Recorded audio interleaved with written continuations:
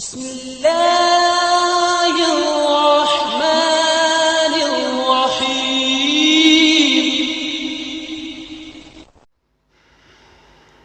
اعوذ باللہ من الشیطان الرجیم، بسم اللہ الرحمن الرحیم۔ السلام علیکم۔ آج آپ کا میزبان ڈاکٹر کاشف بشیر تفہیم القرآن سیریز کی قسط نمبر 235 کے ساتھ آپ کے سامنے حاضر خدمت ہے، جس میں ہم انشاءاللہ سورہ بنی اسرائیل کی آیت نمبر 6 سے لے کر 10 تک کا ترجمہ اور تفسیر آپ کے سامنے پیش کریں گے۔ اور اس حصے کا موضوع ہے کہ اللہ تعالیٰ نے بنی اسرائیل کو ایک دوسرا موقع عطا کیا۔ اللہ تعالیٰ سے دعا ہے کہ اللہ تعالیٰ ہمارے صغیرہ کبیرہ گناہ معاف فرمائے اور ہمیں نیکیوں کے کاموں میں بڑھ چڑھ کر حصہ لینے کی توفیق عطا فرمائے، اور ہمیں ان لوگوں میں شامل ہونے سے بچائے جن پر اس کا غضب نازل ہوا۔ بسم اللہ الرحمن الرحیم۔ ثم رددنا لکم الکرۃ علیہم وامددنکم باموال وبنین وجعلناکم اکثر نفیرا۔ ترجمہ: اس کے بعد ہم نے تمہیں ان پر غلبے کا موقع دیا اور تمہیں مال اور اولاد سے مدد دی اور تمہاری تعداد پہلے سے بڑھا دی۔ تفسیر میں آتا ہے یہ اشارہ ہے اس مہلت کی طرف جو یہودیوں یعنی اہل یہودیہ کو بابل کی اسیری سے رہائی کے بعد عطا کی گئی۔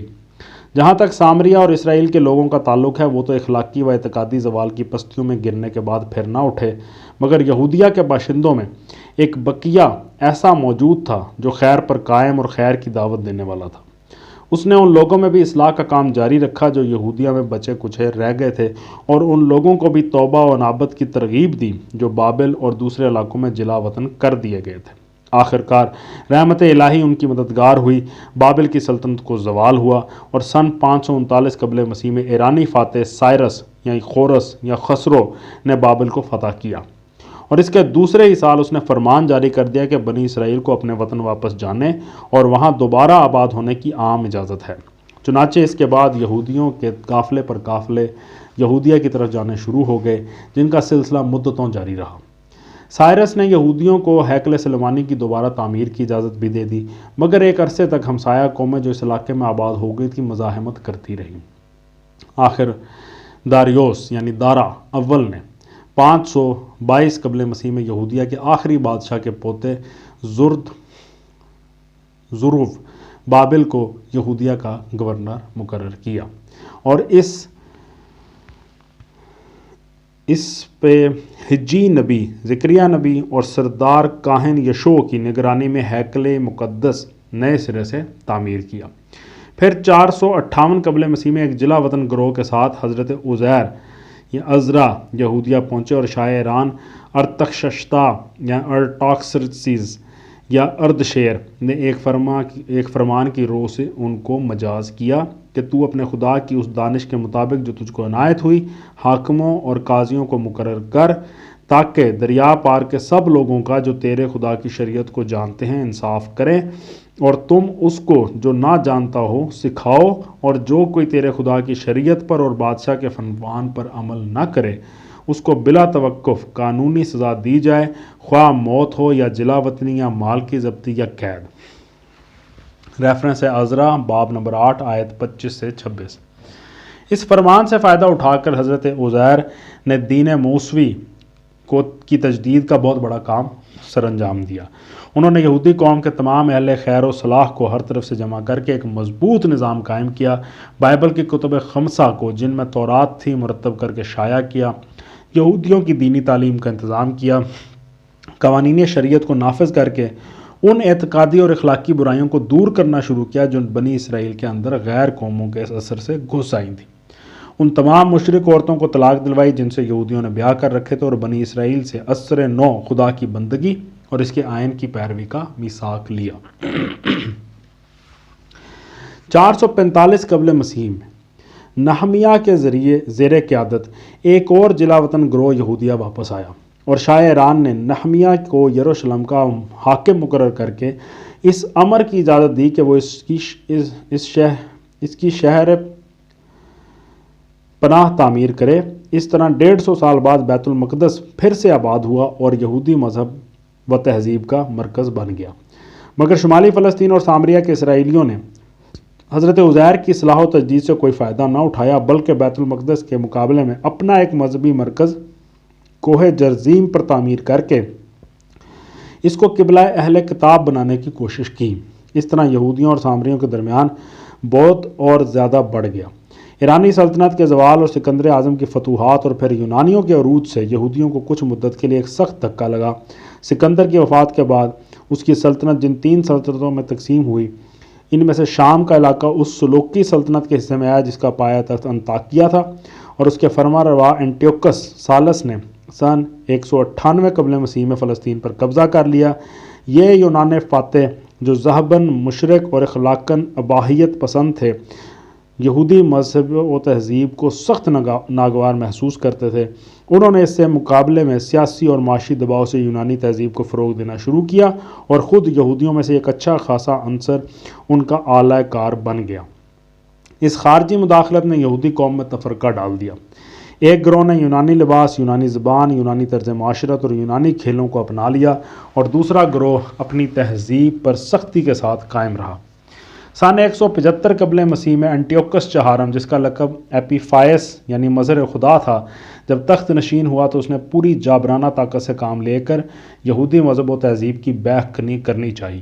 اس نے بیت المقدس کے ہیکل میں زبردستی بت رکھوائے اور یہودیوں کو مجبور کیا کہ ان کو سجدہ کریں۔ اس نے قربان گاہ پر قربانی بند کرائی۔ اس نے یہودیوں کو مشرکانہ قربان گاہوں پر قربانیاں کرنے کا حکم دیا۔ اس نے ان سب لوگوں کے لیے سزائے موت تجویز کی جو اپنے گھروں میں تورات کا نسخہ رکھیں یا سبت کے احکام پر عمل کریں یا اپنے بچوں کے ختنے کرائیں۔ لیکن یہودی اس جبر سے مغلوب نہ ہوئے اور ان کے اندر ایک زبردست تحریک اٹھی جو تاریخ میں مکابی بغاوت کے نام سے مشہور ہے۔ اگرچہ اس کشمکش میں یونانیت زدہ یہودیوں کی ساری ہمدردیاں یونانیوں کے ساتھ تھیں اور انہوں نے عملاً مکابی بغاوت کو کچلنے میں انطاکیہ کے ظالموں کا پورا ساتھ دیا، لیکن عام یہودیوں میں حضرت عزیر کی پھونکی ہوئی روح دینداری کا اتنا زبردست اثر تھا کہ وہ سب مکابیوں کے ساتھ ہو گئے، اور آخرکار انہوں نے یونانیوں کو نکال کر اپنی ایک آزاد دینی ریاست قائم کر لی جو سن 67 یا 67 قبل مسیح تک قائم رہی۔ اس ریاست کے حدود پھیل کر رفتہ رفتہ اس پورے رقبے پر حاوی ہو گئے جو کبھی یہودیہ اور اسرائیل کی ریاستوں کے زیر نگین تھے، بلکہ فلسطیہ کا بھی ایک بڑا حصہ اس کے قبضے میں آ گیا جو حضرت داؤد و سلیمان علیہ السلام کے زمانے میں بھی مسخر نہ ہوا تھا۔ انہی واقعات کی طرف قرآن مجید کی زیر تفسیر آیت اشارہ کرتی ہے۔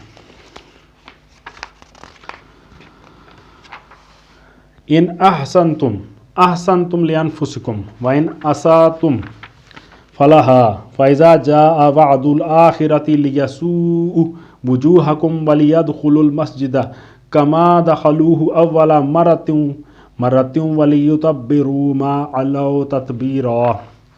ترجمہ: دیکھو، تم نے بھلائی کی تو وہ تمہارے اپنے ہی لیے بھلائی تھی، اور برائی کی تو وہ تمہاری اپنی ذات کے لیے برائی ثابت ہوئی۔ پھر جب دوسرے وعدے کا وقت آیا تو ہم نے دوسرے دشمنوں کو تم پر مسلط کیا تاکہ وہ تمہارے چہرے بگاڑ دیں اور مسجد یعنی بیت المقدس میں اسی طرح گھس جائیں جس طرح پہلے دشمن گھسے تھے، اور جس چیز پر ان کا ہاتھ پڑے اسے تباہ کر کر رکھ دیں۔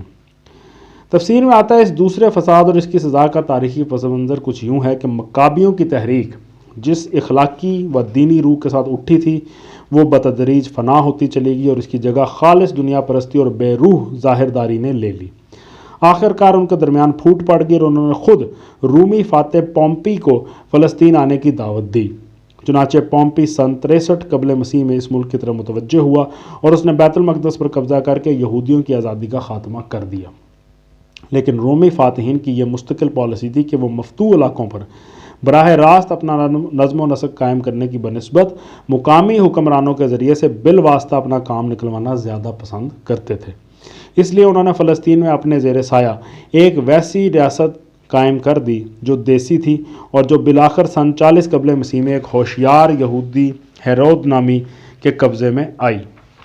یہ شخص ہیرود اعظم کے نام سے مشہور ہے۔ اس کی فرما روائی پورے فلسطین اور شرق اردن پر سن 40 سے سن 4 قبل مسیح تک رہی۔ اس نے ایک طرف مذہبی پیشواؤں کی سرپرستی کر کے یہودیوں کو خوش رکھا اور دوسری طرف رومی تہذیب کو فروغ دے کر اور رومی سلطنت کی وفاداری کا زیادہ سے زیادہ مظاہرہ کر کے کیسر کی بھی خوشنودی حاصل کی۔ اس زمانے میں یہودیوں کی دینی و اخلاقی حالت گرتے گرتے زوال کی آخری حد کو پہنچ چکی تھی۔ ہیرود کے بعد اس کی ریاست 3 حصوں میں تقسیم ہو گئی۔ اس کا ایک بیٹا ارخلاؤس سامریہ، یہودیہ اور شمالی ادومیہ کا فرمانروا ہوا، مگر سن 6 عیسوی میں کیسر آگسٹس نے اس کو معزول کر کے اس کی پوری ریاست اپنے گورنر کے ماتحت کر دی، اور سن 41 عیسوی تک یہی انتظام قائم رہا۔ یہی زمانہ تھا جب حضرت مسیح علیہ السلام بنی اسرائیل کی اصلاح کے لیے اٹھے، اور یہودیوں کے تمام مذہبی پیشواؤں نے مل کر ان کی مخالفت کی اور رومی گورنر پونتس پیلاطس سے ان کو سزائے موت دلوانے کی کوشش کی۔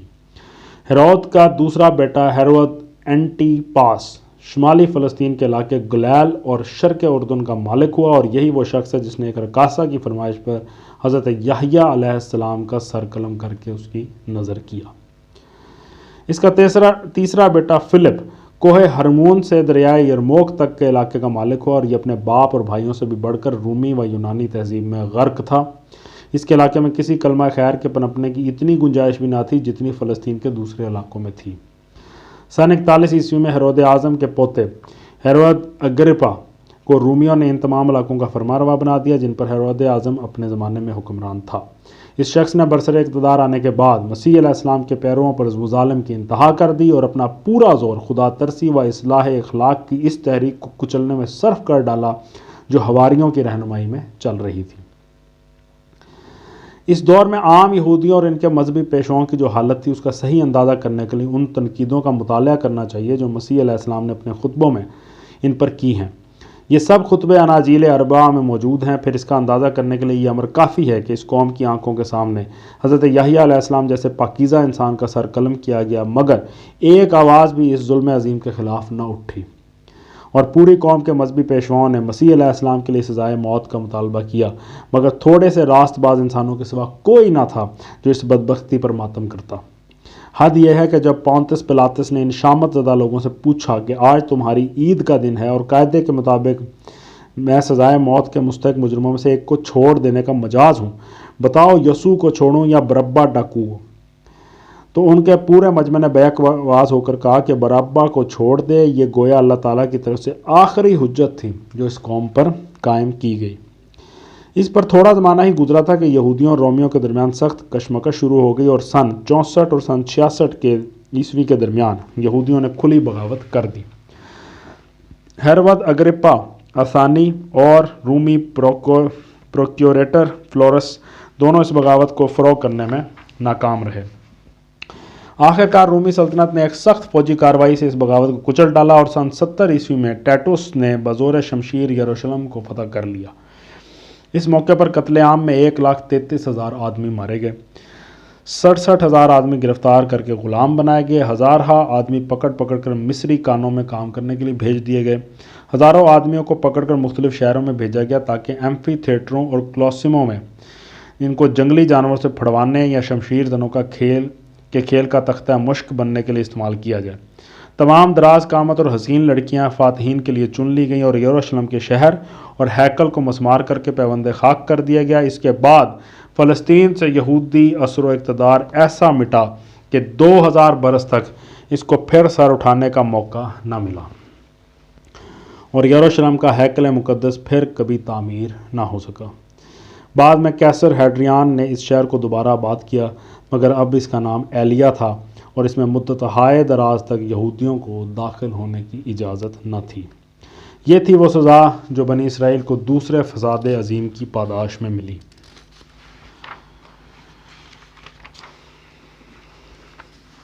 عَسَىٰ رَبُّكُمْ أَن يَرْحَمَكُمْ وَإِنْ عُدْتُمْ عُدْنَا وَجَعَلْنَا جَهَنَّمَ لِلْكَافِرِينَ حَصِيرًا۔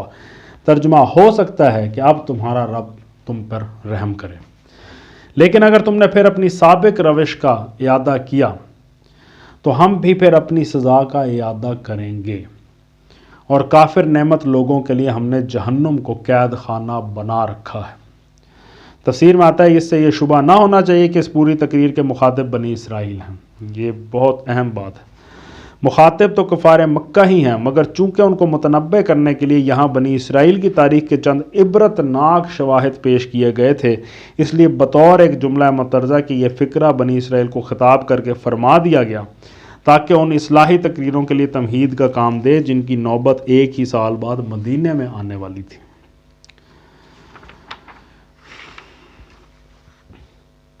ان ھذا القرآن یہدی للتی ہی اقوم ویبشر المؤمنین الذین یعملون الصالحات ان لہم اجرا کبیرا۔ ترجمہ حقیقت یہ ہے کہ یہ قرآن وہ راہ دکھاتا ہے جو بالکل سیدھی ہے، جو لوگ اسے مان کر بھلے کام کرنے لگے انہیں یہ بشارت دیتا ہے کہ ان کے لیے بڑا اجر ہے۔ وَأَنَّ الَّذِينَ لَا يُؤْمِنُونَ بِالْآخِرَةِ أَعْتَدْنَا لَهُمْ عَذَابًا أَلِيمًا۔ ترجمہ اور جو لوگ آخرت کو نہ مانیں انہیں یہ خبر دیتا ہے کہ ان کے لیے ہم نے دردناک عذاب مہیا کر رکھا ہے۔ تفسیر میں آیا کہ مدعا یہ ہے کہ جو شخص یا گروہ یا قوم اس قرآن کی تنبیہ و فہمائش سے راہ راست پر نہ آئے اسے پھر اس سزا کے لیے تیار رہنا چاہیے جو بنی اسرائیل نے بھگتی ہے۔ صدق اللہ العلی العظیم۔ الحمدللہ آج ہم نے سورہ بنی اسرائیل کی آیت نمبر 10 تک کا ترجمہ اور تفسیر پر غور کرنے کی کوشش کی ہے۔ اللہ تعالیٰ سے دعا ہے یا اللہ ہمیں معاف فرما، ہمارے تمام گناہوں کو معاف فرما، ہمیں نیکی کے راستے پہ چلنے کی توفیق عطا فرما، ہمیں سیدھے راستے پہ چلنے کی توفیق عطا فرما۔ تو ہی ہمارا مولا ہے، تو ہی ہمیں راستہ دکھانے والا ہے، تو ہی ہمارا مددگار ہے۔